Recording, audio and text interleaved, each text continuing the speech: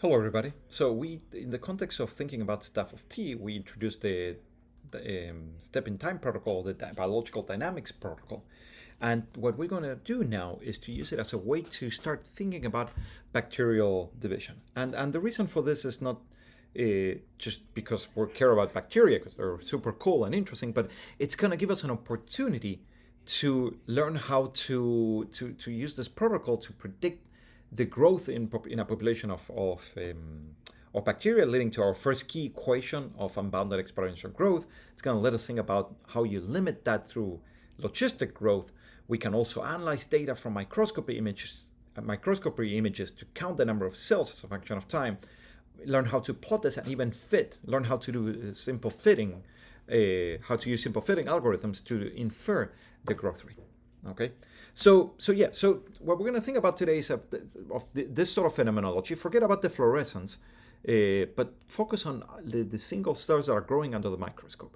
And you can use this to estimate that there is a growth rate of about 40 minutes in this case. Every 40 minutes you get a new cell. And it's very interesting to think about what sets the scale of bacterial division, what sets the maximum rate of bacterial division. These bacteria can divide more than every 8-10 minutes or so. And these are in general great opportunities for getting a feeling for the organism. Okay, but the first thing we want to do is to try to figure out how do we predict the number of these bacteria as a function of time. And this is not just a curiosity, but it's actually this sort of thinking drove much of what we understand, or led to much of what we understand about bacterial physiology over many decades. And Fred Neidhart in this paper that I encourage you to check out puts it very, very nicely in how important thinking about the number of bacteria as a function of time and dNdt, the derivative, the rate of change in the number of bacteria, was key in not just understanding how bacteria interact with their environment in the sense of how they metabolize, for example, sugars, but even how they make decisions of what they're going to have for dinner. Okay, and the way this dNdt worldview is connected with the data is through, for example, methods such as measuring optical density, where what you do is you shine light through a culture, and the number of bacteria in that culture will dictate how much of that light gets through. So you can measure the absorbance, or the so-called optical density, in this case at 600 nanometers, and you can measure as a function of time how the culture is getting more dense, which is proportional, and you can show this experimentally. You can do this experiment. It's proportional to the number of bacteria in the culture, which tells you that initially you have a slow rise, then quick growth, and then some saturation. And today we want to think about these sorts of dynamics. Can we predict these sorts of dynamics? And so I mentioned this dNdt, and it's not just about understanding how they grow, but also the ability to measure dNdt made it possible to figure out how cells interpret information about their environment and how they make decisions based on that. So these are the great experiments by Jacques Monod, where he did so-called dioxic shift experiments. So instead of giving bacteria just one type of sugar, let's say glucose or sorbitol, he gave bacteria a mixture of glucose and sorbitol, but at different ratios. And then what he saw is a growth rate initially consistent with the growth rate you see in glucose growth, then a pause, so-called a dioxic pause or dioxic shift, and then another growth rate that seemed to be consistent with the sorbitol growth rate. And when that pause occurred was related to the ratio between glucose and sorbitol, which hinted at the fact that bacteria didn't just eat glucose and sorbitol at the same time. First, they ate glucose. When they ran out of glucose, they ate sorbitol. And what this tells you is that bacteria were able to sense the different sugars that are in their environment and decide which one they're going to eat first. Later on, they figure out that this decision was based on whether to express the genes that encode for the machinery necessary to metabolize each type of glucose. So this led to the idea that there are genes that control the genes, and that genes can be turned on and off in that manner. So this is done with optical density measurements, but you can also do this now with very cool new technologies, such as the mother machine developed by Sakjun Jun at UCSD. Let me move. What you can see here is, there you go, single cells inside microfluidic channels. And you can see how these mothers keep making new progeny. And the cool thing is that you can measure this in very high precision and very high throughput, okay? And this can lead to all sorts of questions. One of them that we're going to think about is the rate of growth, but then later on we'll also think about the shape of these bacteria. You know, what dictates the precision and the size, the overall size of bacteria after division and right before division, okay? But as I said, the first thing we want to focus on is in understanding how can we predict the number of bacteria, T plus delta T, as a function of the number of bacteria T and some change in the bacterial number over that delta T, okay? So we're going to use this protocol of the mathematics of change, okay? And the model that we're going to use is this model of the simple model of bacterial growth, where what I want to figure out is if I have n bacteria times T, how many bacteria, new bacteria I have at T plus delta T. So the model we're going to think about, once again, is one where I have n bacteria times T, and I want to figure out how many bacteria I have times T plus delta T as a result of division. Okay, so the type of thing we're gonna implement is just a simple model, okay, where I'm gonna say I have one bacterium and there's a rate K gives me this plus this. Okay, so what is my model parameter? Okay, so this is a so-called growth rate.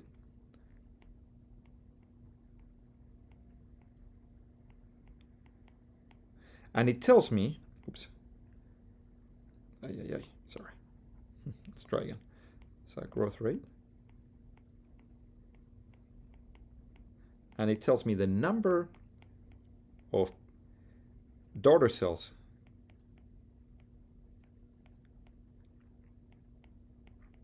produced by one mother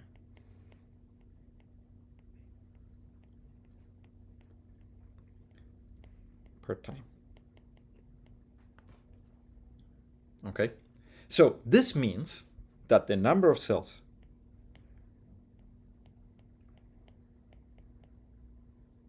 made, in delta T is equal to K times delta T. Okay, and you know what does this mean? Okay, so let's you know, this can also be thought of the number of doublings per time. Okay, but let's go down here and let's plug in some numbers just to get a sense of what this means. You know, if I have my one cell, okay, you know, imagine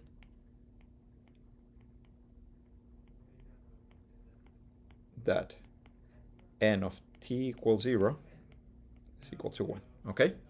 And now I'm going to have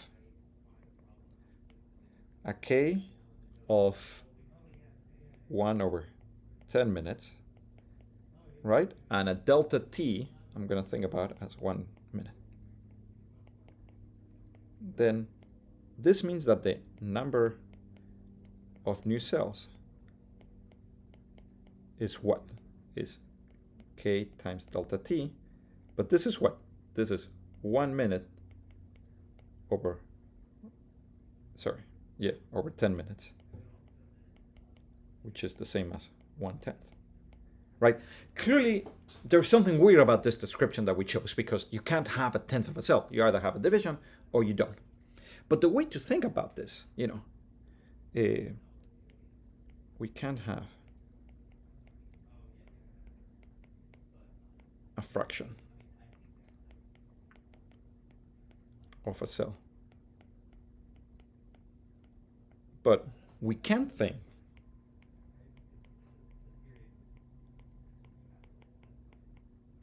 of an average. If, for example, I have many cultures. Let's imagine I have one culture. Let's have 10 cultures like this. 1, 2, 3, 4, 5, 6, 7, 8, 9, 10. Okay, each one with cells. Each one started with one cell. Okay.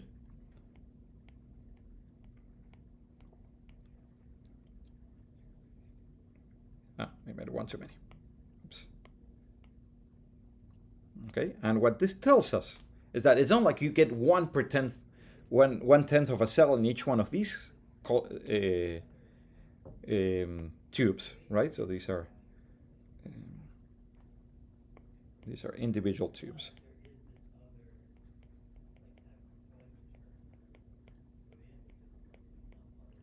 The idea is that one of these, right?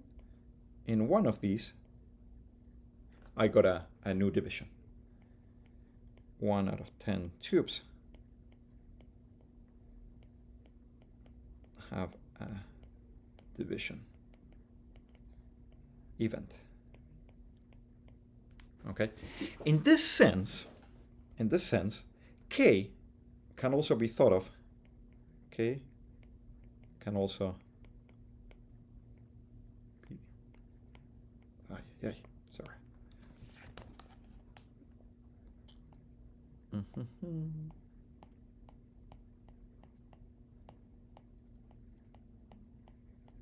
As a probability per time. Okay. What do I mean by this? I had to look at, after a delta t, I had 10 tubes, but only one of them had a division event.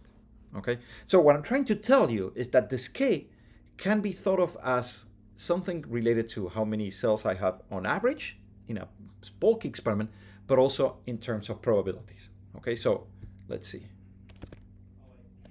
There you go. Okay, so this view, this probabilistic view, as you see here, let me move myself again. No, I'm supposed to be there. Okay, great. If I have one cell, the probability per unit time of a division is K, which means that the probability of having one division after waiting delta t is K times delta t. Now, I need to be careful. This delta t needs to be very small, because if K times delta t is larger than 1, I cannot think of it as a probability. Okay? The reason I'm showing you this is because it's very intuitive now to think of what happens when I have two cells. Each one of them can divide with a probability K times delta t after a time delta t. But if I care only about how many new cells were made, or the probability of making one new cell, it can come out of this division or this division. And in probabilities, when I say delta t, in probabilities, when I say or, either coming from one or the other, I add the probabilities, and that's what you see here, that the probability of getting one division is K times delta t plus K times delta t, which is the same as 2K delta t. And the same goes for n initial cells. If I have n cells, and my delta t is small enough that I can only get one division event, then the probability of getting one division event out of any of these cells, because it's one or the other is just the sum, which is n times K delta t. Okay? And the idea, once again, is that we can relate them, right? You can think of delta t as 1 over 2K in this case. I'm just taking that specific example, which means that I have a probability of 1/2 of getting one division, probability 1/2 of not getting one division in the single cell view. But in the bulk view, what this would mean is that in my culture now, where I have 4 cells, only 2 of them underwent division, and I have an n equals 6. Okay?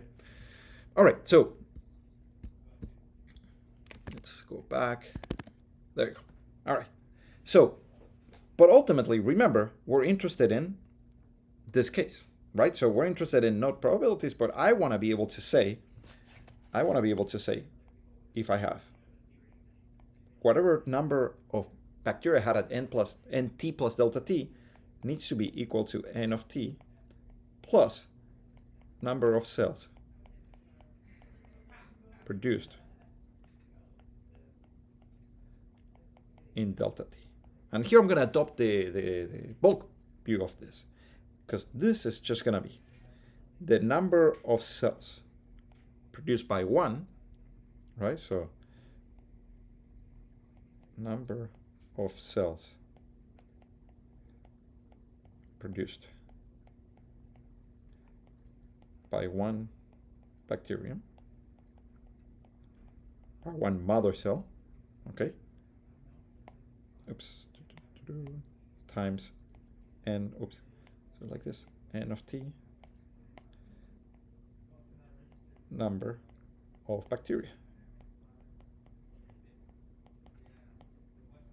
Okay, so this is n of t plus delta t equals n of t. Okay, so what am I saying? I'm saying that the number of bacteria that were added in that delta t is how many bacteria were made on average by each mother cell times the number of mother cells that I had in the culture, and this is a so-called differences.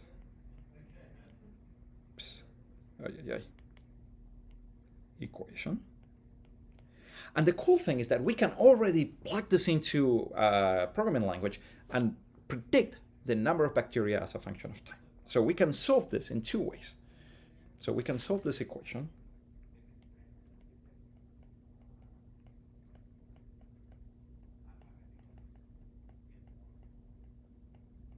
by, we can solve this equation. First, we can do it numerically. By plugging into a computer using a computer. And we can also do it analytically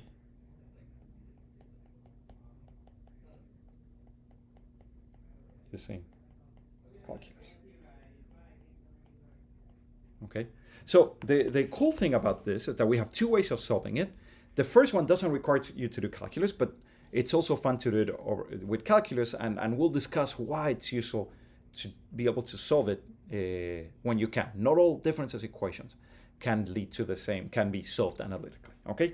But just to give you a sense of how we go about number two, and then we'll do it later, we'll do that in a later vignette. The idea is that, I just want to show you where calculus emerges out of this description. So we're going to have n plus t plus delta t equals n of t plus n of t k delta t. Okay, so cells I had at t plus delta t is the same as cells I had at t plus how many new cells I got. Okay, so now what I'm going to do is I'm going to subtract n of t on both sides of the equation. Minus n of t. This is equal to n of t times k times delta t. And finally, what I'm going to do is divide by delta t. Okay?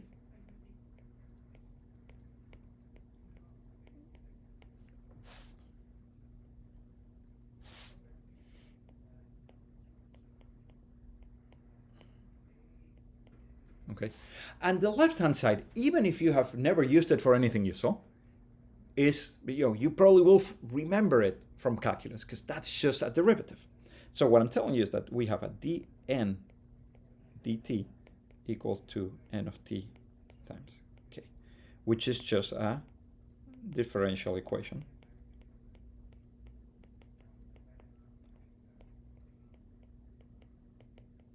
which we can solve using the tools of calculus. Okay, so what we'll do next is think about how to solve these equations both numerically and using coding and analytically using the tools of calculus. Thank you very much.